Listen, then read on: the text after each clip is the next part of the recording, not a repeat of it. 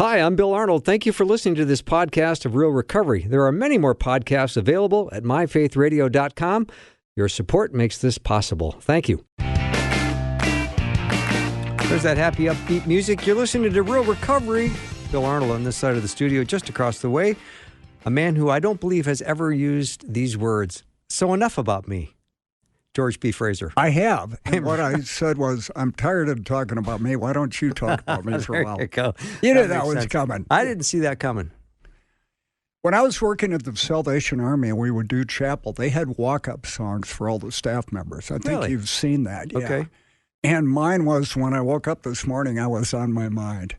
And I got up there and I said, hey, guys that are graduating, it appears to me, and I just found this out, we have 2 job openings up here. One of our counselors is playing lead guitar, and the other one who's singing is the intake counselor, and they won't be here next week because of the song. No, I think anybody who becomes an addict, alcoholic, at one time, and when we sin, becomes their own God.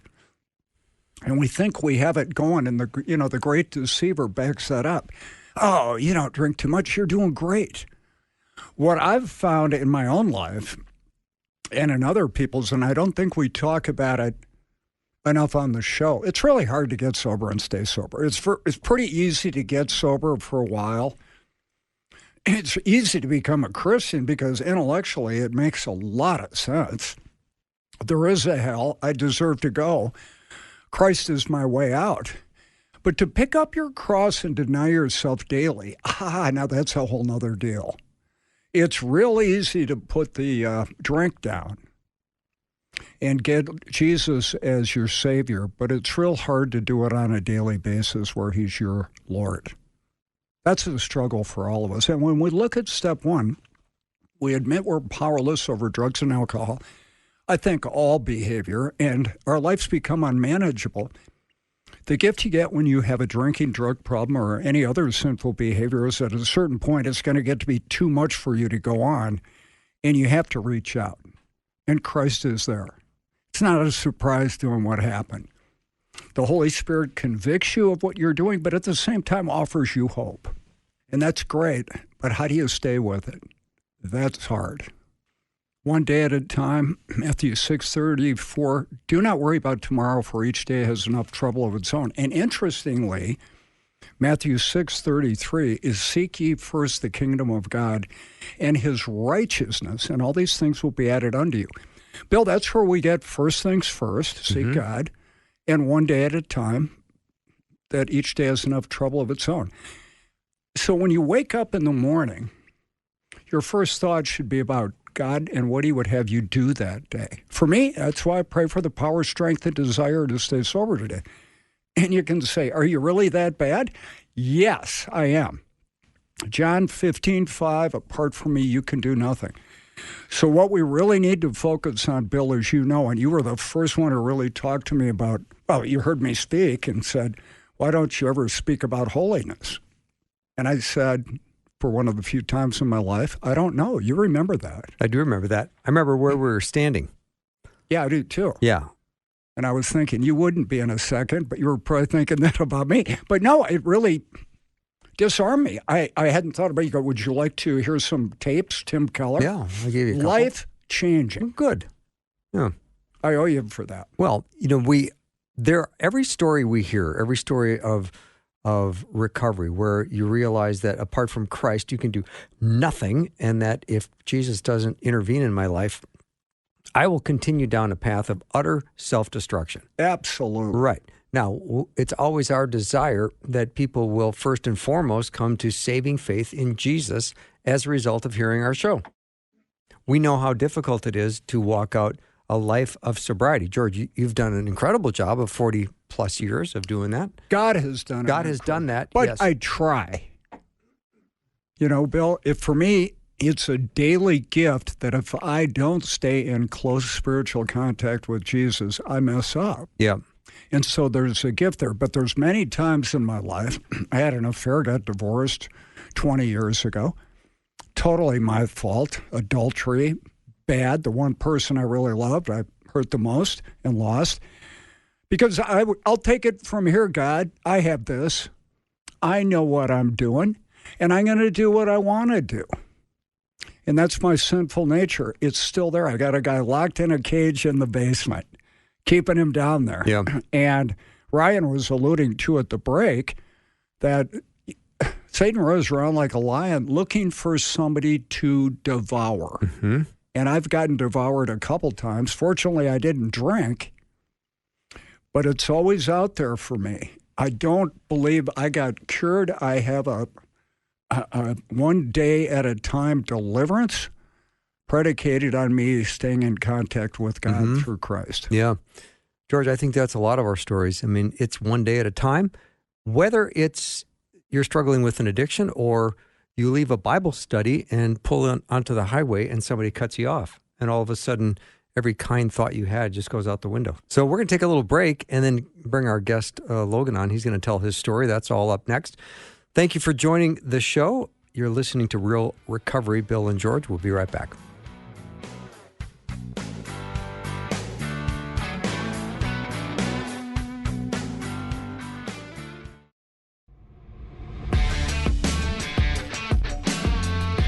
Welcome back to Real Recovery. Another day of professional radio, George. Look at this.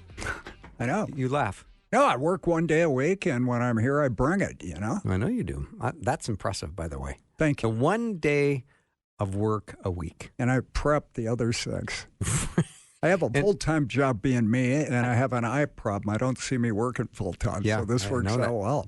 And it's not like it's even a full day the day you work. It's 1 hour, which is even more lame, if you want my personal... I do lame well. Perspective, yeah. All right, let's meet our guest, Logan, tonight. Logan lives in Fargo, and we're so glad you could join the program. Logan, thanks for being here. Yeah, thanks for having me, guys. Yeah. Like all guests on the show, we love hearing about young Logan. What was life like for you growing up? What was your family situation like? What was school like? Was there a church life? All of that. So where do you want to start? Oh, honestly, we could probably go all the way back to the beginning on this. Good. Let's do it. Yeah, I grew up without my dad. Him and my mom weren't married, and they broke up while my mom was pregnant. So, yeah, for most of my childhood, I didn't know him. Was your mom pregnant with you? Yep. Okay. Yeah, she was. All right. And yeah, so like in school, I got bullied a lot for that. And I didn't really help. I kind of played into that. And, that's not fair. No, it really wasn't. Because I mean, there's a lot of kids that grow up with that kind of a situation, unfortunately. But yeah, no, I didn't really help myself out by getting into fights or just lashing out whenever anyone brought it up or called me a mama's boy or something like that. Also, grew up in kind of a little bit. I mean, it wasn't like a ghetto. This was in Moorhead, Minnesota, so it wasn't like hardcore or anything like that. But it was. I was definitely part of the minority there, and I would get jumped coming off the school bus, getting told, I'm in the wrong neighborhood and stuff like that. And so that was kind of rough. But as I got older, a lot of that kind of subsided, especially my mom put me in martial arts because of situations like that. So, yeah, naturally things just kind of... That built your confidence a little bit?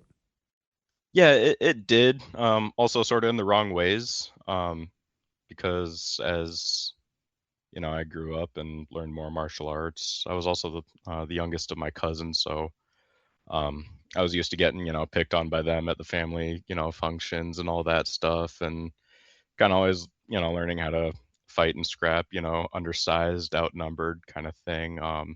It really did build my confidence, but also a lot of times in the wrong ways. So,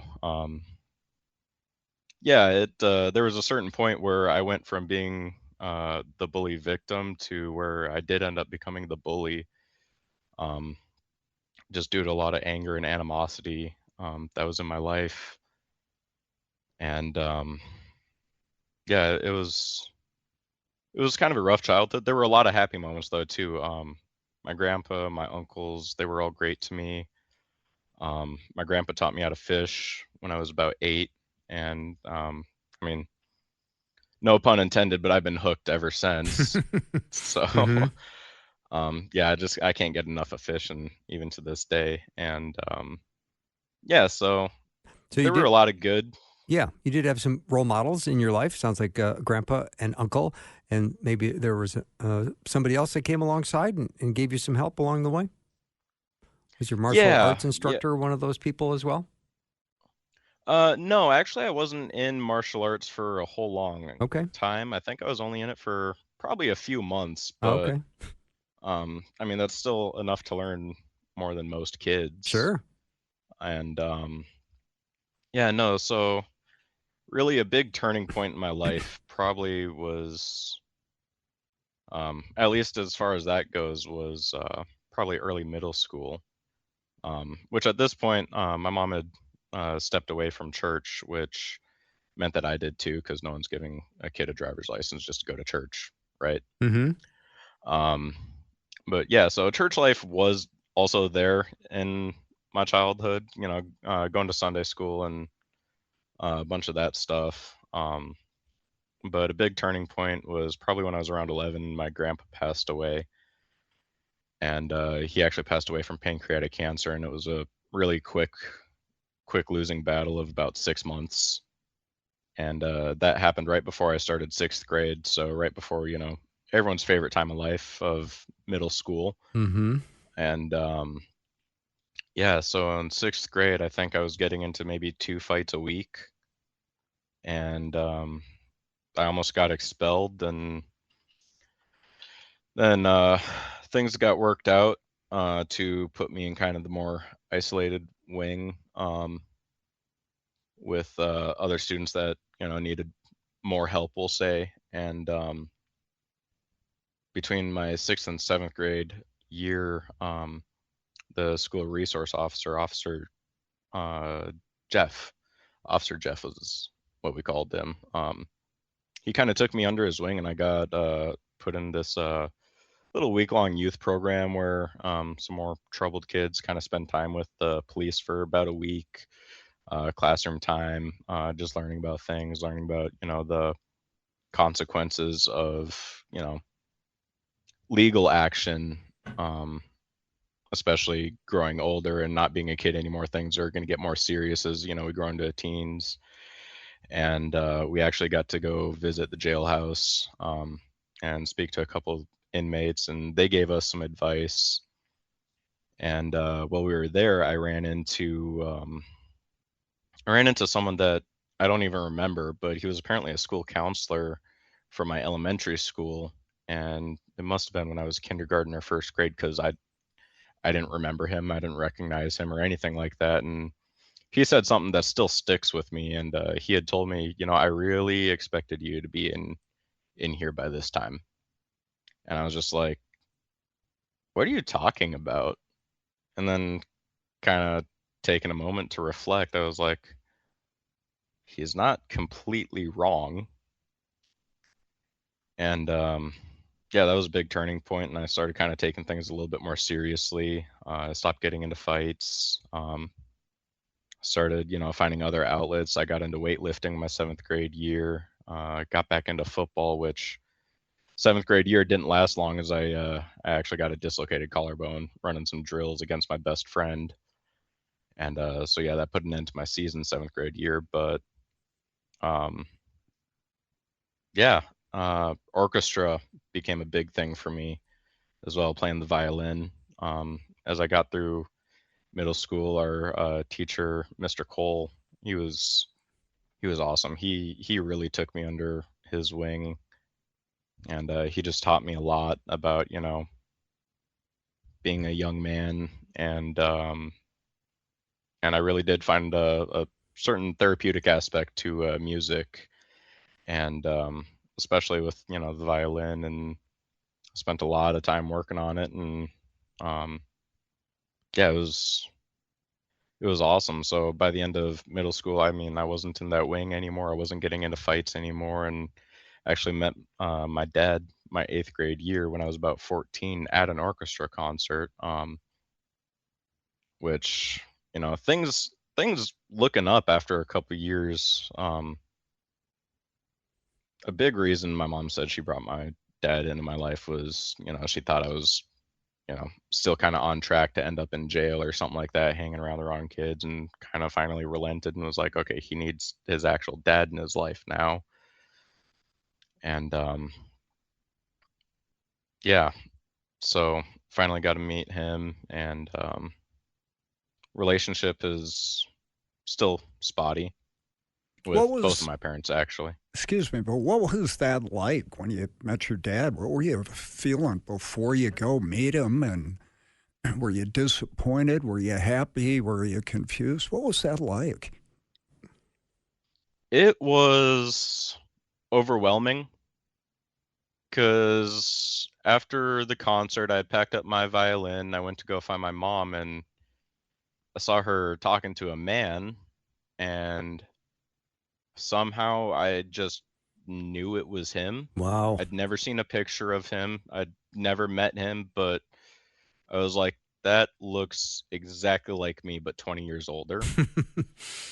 And so I was just like, I walked up and I was like, who's this? And my mom was like, well, I want you to meet someone. This is Tony.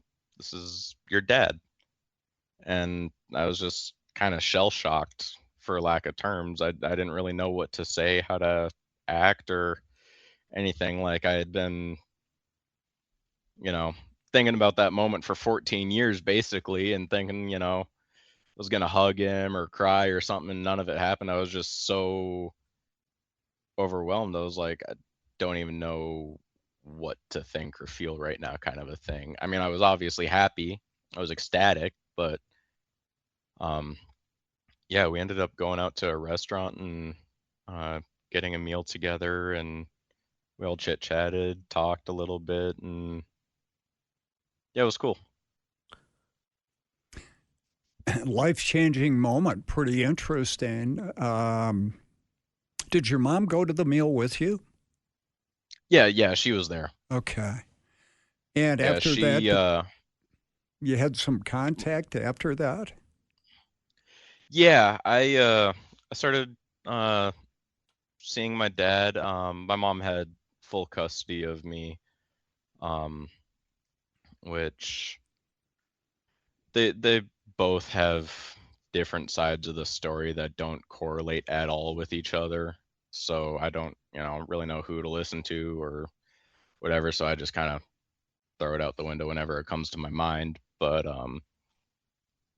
uh, yeah, my mom had full custody. So for the first couple times I met him, he would come over, and he and I would just hang out, watch a movie, chit chat, something like that. But eventually, my mom did let me go over to his place, hang out with my half siblings and stepmom, and she was there for the first couple times too.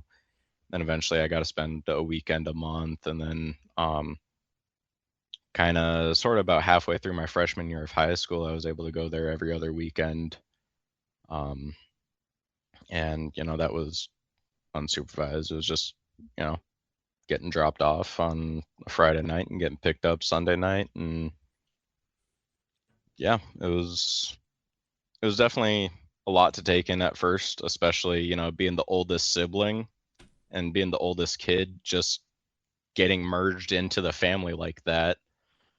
Um, there was definitely an interesting power dynamic between me and my younger sister, who was used to being the oldest, and then I come in, she's not the oldest anymore. So we didn't get along at all my teenage years. I can see how that would change the dynamics quickly. We're going to take a short break and be right back. Logan's our special guest today, and we're going to be back in just a minute.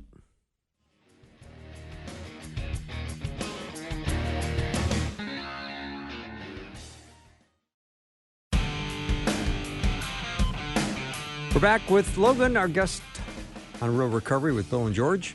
Brian's on the board taking care of business, and we're finding this story, George, to be kind of an unusual one for us, because what would it be like at 14 to be seeing your mom talking to some man, having an inclination it might be your biological dad you've never met, and you're just coming off a concert and you're 14. Can't imagine. I I would can't either. think growing up you'd have ideas of what the guy would be like, kind of like James Bond or something like that, you Yeah. know, cool guy. And then all of a sudden all your fantasies are into a reality. It's got to be overwhelming. Mm-hmm. Was that pretty close there? Actually, yeah, I did have a lot of those just naive childhood, fantasies of like, oh, maybe he's like this super secret, like, undercover agent or whatever, and you just had to go kind of a thing. But yeah, no, it definitely wasn't that. And yeah, so meeting him, it was a lot different than what I had expected, Yeah. but it was good. Okay, Logan, It was definitely good. let's get you into a place where you start to fall to some temptations. Yeah, so I went through high school pretty much unbothered by all of that. I just kind of stuck to my own, sticking with sports and orchestra. And it wasn't really until I joined the Marines. And how old were you when you joined the Marines? I was 17. I took my oath of enlistment the summer before I started my senior year. Okay. Which my junior year is kind of somewhere between sophomore and junior years when I made that decision. My sophomore year, I'd gotten a concussion in football, and I was at number 3, which is the limit for the Marines before you need further medical evaluation or waivers, and or just the military in general. But yeah, I made the decision to quit football. I was still uncertain about joining the military at that point, but I quit football just because I didn't want to risk it. And then it was really my junior year when my high school orchestra got invited to play at Pearl Harbor for the 75th anniversary of the attack. And when I was standing in the USS Arizona Memorial looking at the wall with 1,200 names of fallen men, and it was this quote from Captain America, there's men out there giving their lives, I got no right to give any less. And it hit me in that moment that this is what I want to do. So the following summer, I was reaching out to recruiters. I was like, what's this branch like? What's this branch like? What are, the different jobs? And I talked to the Navy, talked to the Army, talked to the Air Force, and it's kind of hemming and hawing. And then just one day I just sent a message out to the local Marine recruiting office and met with the recruiter, and yeah, Sergeant Lamb was his name at the time. He's gotten a couple promotions since then, and that one just it hit home for me, just what the Marine Corps stands for and all of that. So after my senior year of high school, I went to boot camp, and that was in San Diego. And then I went through all my training, and then got stationed in Okinawa, Japan when I was 18. No, I was 19. And yeah, it was a combination of being that far from home after not really ever leaving home for an extended period of time, not really ever being off on my own.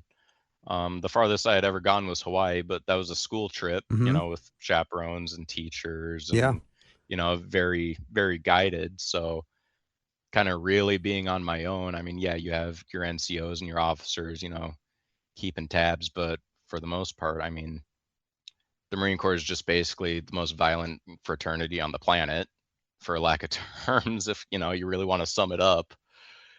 And yeah, so it was kind of the combination of the negative and being in that culture.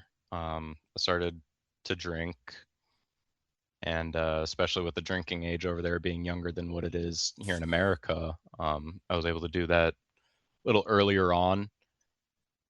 And yeah, it took a hold of me real quick. Did you ever think, why did I do this? Or when you were there, did you go, hey, this is me. I am so glad I did this? Um, yeah, it was honestly a combination of both. Um, I mean, it's the military. You're going to hear it from any vet, anyone active duty or reserves or anything like that. I mean, there's going to be the ups and there's going to be the downs. And I mean, when you're up, you're really up. And when you're down, you're really down. And so, yeah, it was, there were a lot of moments of, man, I'm so happy I'm here. I'm so happy I have brothers like this. And then there were a lot of moments where it's, I miss my family. I miss my dog. And, I miss my friends back home. I miss being able to go fishing in the lakes, all that stuff. And yeah, eventually I started kind of locking in more on the negative, but I had torn my meniscus over there as well, and that went misdiagnosed, as some of the Navy corpsmen, a lot of them were telling me it was just tendonitis, and they weren't really doing any further testing or anything like that. And so about a year after that had happened, I finally got an MRI. And with that going untreated, with, just day to day Marine Corps life and how hard that is, anyways, um, there was a lot more wrong with my knee at that point. And they ended up deciding that they didn't want me anymore. And I was too young to do surgery because the doc had said, end quote, the risk to reward outcome at your age just isn't worth it. So we're going to be sending you to the medical board for evaluation. And yeah, going through that, I was deemed unfit for service and got a medical separation. And yeah, at 20 years old, that got ripped out from under me. And joining the military was kind of my main goal, probably ever since I was a kid. My uncle was in the Army, and so yeah, he was someone.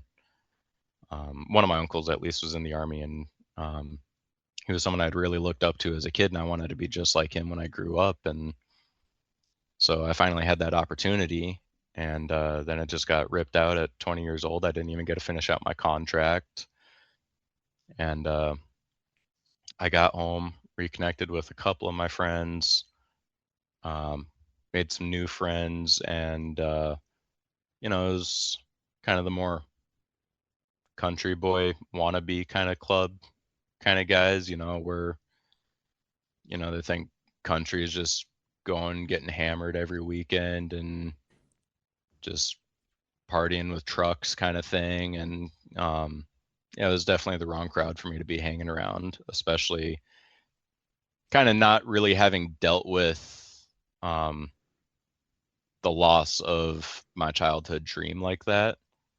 And it definitely kind of started to spiral to a long depressive episode.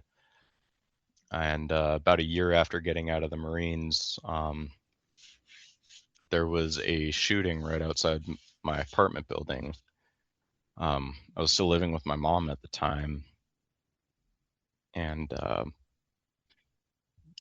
gotten home from work and just barely threw some food in the microwave to heat up for my dinner, and heard some loud cracks from outside. My mom asked if those were gunshots, and I was like, it's 5 p.m. on a Wednesday. That's no way. And I was like, okay, well, the road outside is all torn up for construction. I'm like, it's probably just some kids hitting the construction signs with sticks or whatever. Until then my mom looks out the window and she says there's someone laying face down in the grass. So I took a quick peek, grabbed my handgun, my first aid kit, and just sprinted outside without thinking about it even. And I got up to him. As I was coming up to this man in the grass, I tried getting a verbal response and didn't get anything. So put my fingers on his throat and felt a couple pulse beats, and then a couple more, and then just nothing. So I started to roll him over for CPR when right as the first police officer pulled up. He hopped the curb, jumped out with his M4, and my mom had specified while on the phone with 911 that I was going to be out there, and that I was trying to help, and that I was in fact armed. And he was like, "Hey, are you the guy trying to help?" I was like, "Yeah." He just told me to stand off to the side, and then more squad cars came in very quickly, and one of the officers took my handgun, swabbed my hand just to make sure there wasn't any gunpowder residue or any of that, and um, yeah, that was that, and I kind of I blamed myself for that for several months, kind of like, what if I had acted faster? I knew those were gunshots, but why did I doubt? Like, I was a Marine, like I should have been able to do something. And it wasn't until the autopsy had come out during the trial several months later, when I found out the true extent of the damages, and that there really was no helping him, when I got some peace, because he had been hit 9 times, and one of those rounds went through his left lung and his heart. Um, and So yeah, that brought a little bit of peace, and knowing that it wasn't my fault that he couldn't be saved. Um, but it still didn't reverse the damages, because that night I just wanted to be anywhere but in that neighborhood. So I went out to hang out with my friends, and um, I went right into the bottle. And I think that was really the trigger moment for me of really falling into heavy alcoholism. And yeah, I ended up moving out of that place probably about a month later. And then I was on my own again with one of my buddies. And I mean, we were partying it up probably every weekend, every other weekend, way, way more than we should have been. Mm-hmm. So, Logan, did you And end up just continuing on this path? Were you able to hold a job? Did you run in with the law? When did you kind of hit bottom where you thought, boy, if Jesus doesn't show up, I'm in trouble?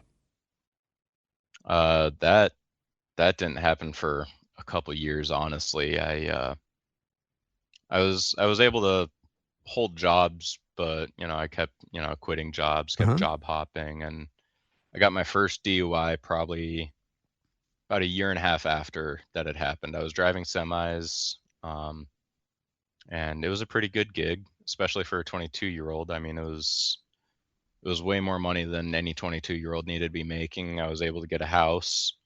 Um, I was able to rent a house, but Mm-hmm. it was a nice house. The rent was, pretty up there, but it was a nice house. It was a nice neighborhood, and when I'd gotten that place, I mean, it really kind of went to my head of, being 22, I have this beautiful truck, I have this beautiful house, and I had turned this, real nice house in a suburb area into a party house. And um, yeah, that first DUI I had gotten cost me my CDL, but I didn't lose my job. I stayed with the company, and they had me on just as a dock worker.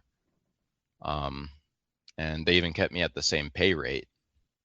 Um, so it didn't really click at that point. I hadn't really felt the full extent of the seriousness of um, a DUI, Mm-hmm. um, just because there was a lot more grace given to me than I had realized, or was even grateful for. And it was something I had abused, and it's something I regret very much, because it was the year after that when I really kind of started to slip and go into rock bottom. I was going to I was going through probably 2, 3 bottles of whiskey a week, maybe a couple cases of beer, and That's a as lot. yeah, it was a lot. Well, the first There's time you got the DWI, you had no consequence. You got your house, you got your job. It's not a big deal, right? So I quit. And now, yeah. what kind of turned that at the end for you? What brought the curtain down on your drinking? Um, it was the summer of 2024. I had gotten involved in an affair with a married woman, and I mean, this whole time in my life, I'm saying I'm a Christian. I'm saying I, believe in God, but I'm not doing anything that shows it, you know. It's all just empty words. It's, it's all just a lie and a facade basically. And when that had happened, I knew it was wrong. I knew it was, adultery in like the most absolute sense of it, and I knew it was a violation of God, but I still went about it. And so when it had ended, um, it really took a turn, because she and I were friends while I was in the Marines. So this was someone I had known for probably about 5 years, but we stepped away from each other when she got into a relationship and eventually married that man. And so when we reconnected, things took off, and then they ended, and it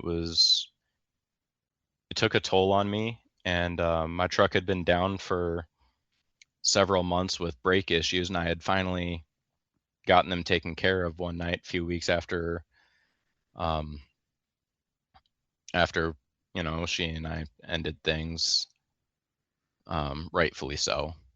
Um, and a lot of it was my fault because I was a horrible person as a drunk. I was mean to everyone. I was rude. I was emotionally abusive. I was just the worst of the worst. And The world, the flesh, and the devil take you down every time. yeah, no kidding. And So, yeah, so what turned it for you? You know that you're not doing what you should. You know you're a Christian, but you're not living like it. My guess is you weren't real happy, but you no, kind of like what you're doing, or you would have just quit it. So, what happened? it was uh it was the night I got my truck back up. I had a couple glasses of whiskey, and I was just walking around my truck as it was up on jack stands, and I noticed something. So I just, pulled a quick Google search, and I was like, there's no way it's been that simple this whole time. So I fixed it up real quick, and from my first DUI, I took a couple court mandated classes that were like, one of them was saying, it takes about an hour for one drink to clear out of your system or whatever. And I had two glasses of whiskey. Um, Granted, these were, tumbler glasses, and they were absolutely full. So I didn't think of them as a normal glass, because really that was probably closer to like 8 or 9 drinks. Whoa. All right. But yeah, I waited about 2 hours thinking I was good, and took my truck out for a joyride, and I was ripping it around on some dirt roads outside of town, having a blast. Like, I'm so happy I got my truck back. I needed this throttle therapy and to just let loose. And then a couple lights on my dash came up, and I was like, oh, you gotta be kidding me. And then Whiskey Lullaby by Brad Paisley came on the radio. Not a song I know, And but it's not a happy one. okay. It's yeah, it's about a man who hits the bottle a little too hard and takes his life. And I just started to mentally spiral. And I was thinking about past almost 25 years of my life at this time. This is about 2 weeks before my 25th birthday. And I was thinking about, the childhood trauma, some of the abuse I had dealt with at home. Um, there was some more stuff that I hadn't really alluded to in my Mm-hmm. childhood till now, but there's a little situation with some grooming when I was about 10, Oh boy. and I started thinking about that, thinking about, the breakups I had been through, the Marines not working out, just thinking about everything negative in my life. And so I unbuckled my seatbelt going 75. I and I'd gotten really into racing simulators and kind of learned a lot of like do's and don'ts with driving, and decided I should do one of the don'ts. And I cranked my wheel as far to the right as I could, as fast as I could, and my back tire caught a little ditch in a coulee under someone's driveway on this back road, and my truck went airborne, flipped 3 times before it came down on the driver's side, flipped a little more, and finally skidded to a stop, facing towards the way I had come from. And my phone had sent something and auto dialed 911. And I was like, well, I can't get out of here on my own. Might as well. So firefighters came out, punched out my sunroof, and I crawled out. And my pickup, it didn't even look like a pickup. It looked like a soda can that had been stepped on. Like, and I didn't have a single scratch or a bruise on my body. And I was just kind of, I hadn't really registered that part yet. I was just sitting there looking at my truck, which was, kind of my pride and joy. Mm-hmm. I mean, it was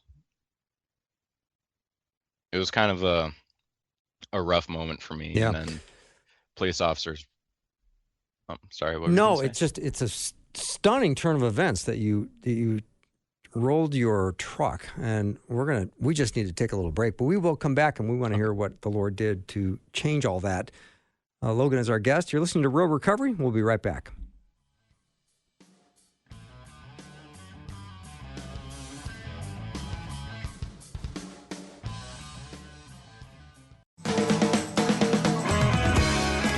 All right, we're back with Logan. And Logan, on this show, we love hearing about the depth of the past. We even love more about the height of the after, where Jesus comes in and gives us new purpose, new meaning, new hope, and new life.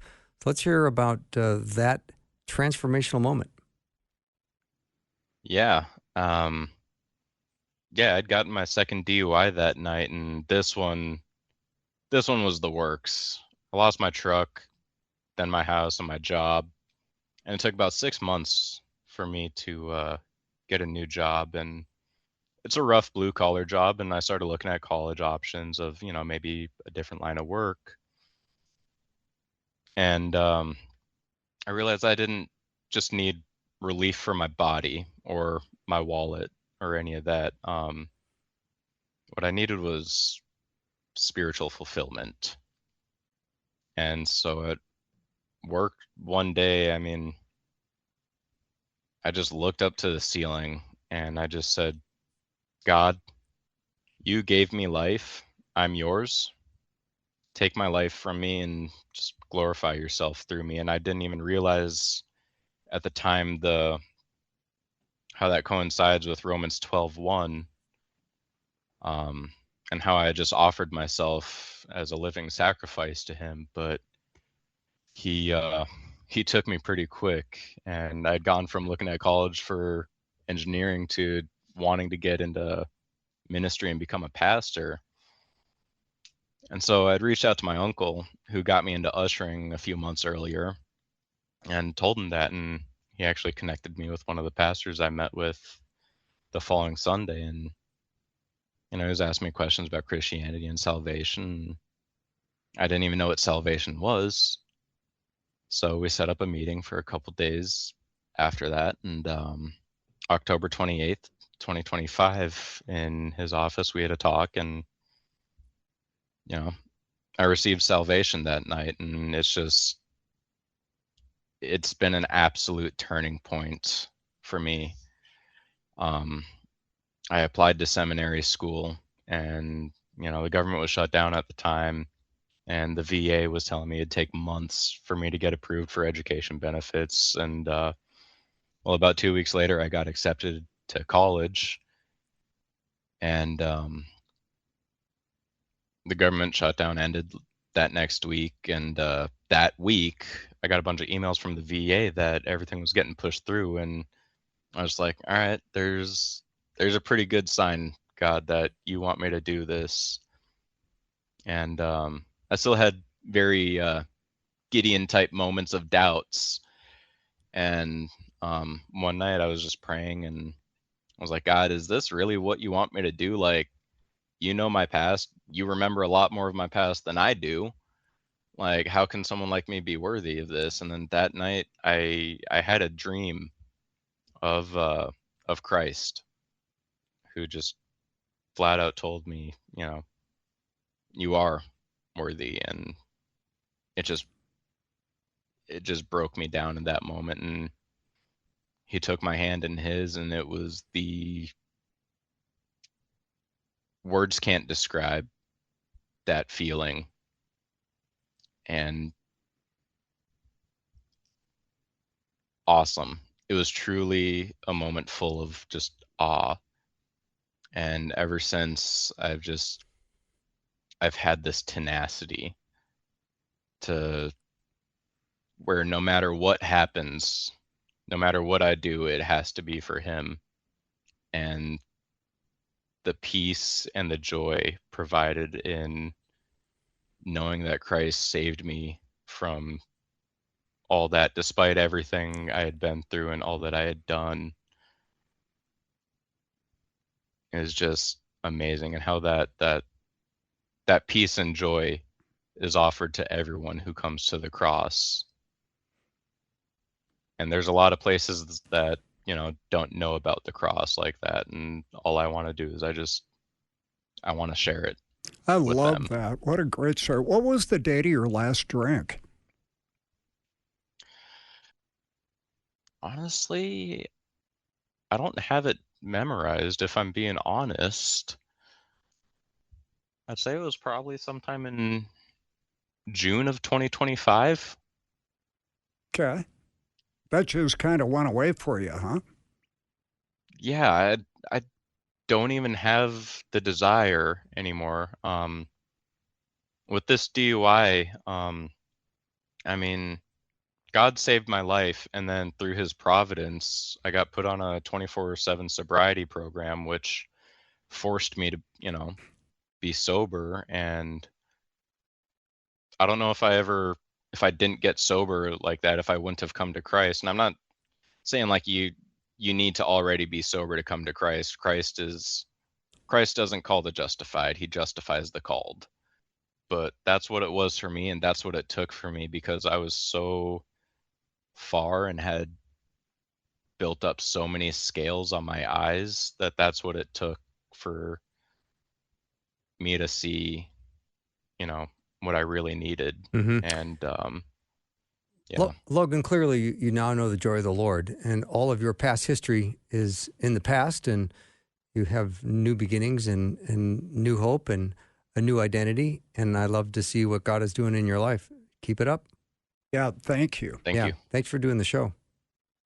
Thank you, guys. Great having you on. Logan's been our guest.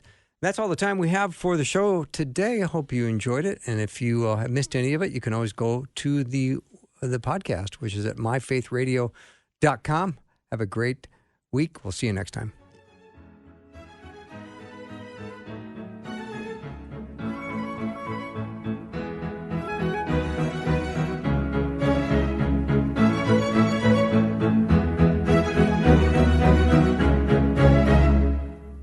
Thanks for listening. Programming like this is made available through your support. Information available at myfaithradio.com.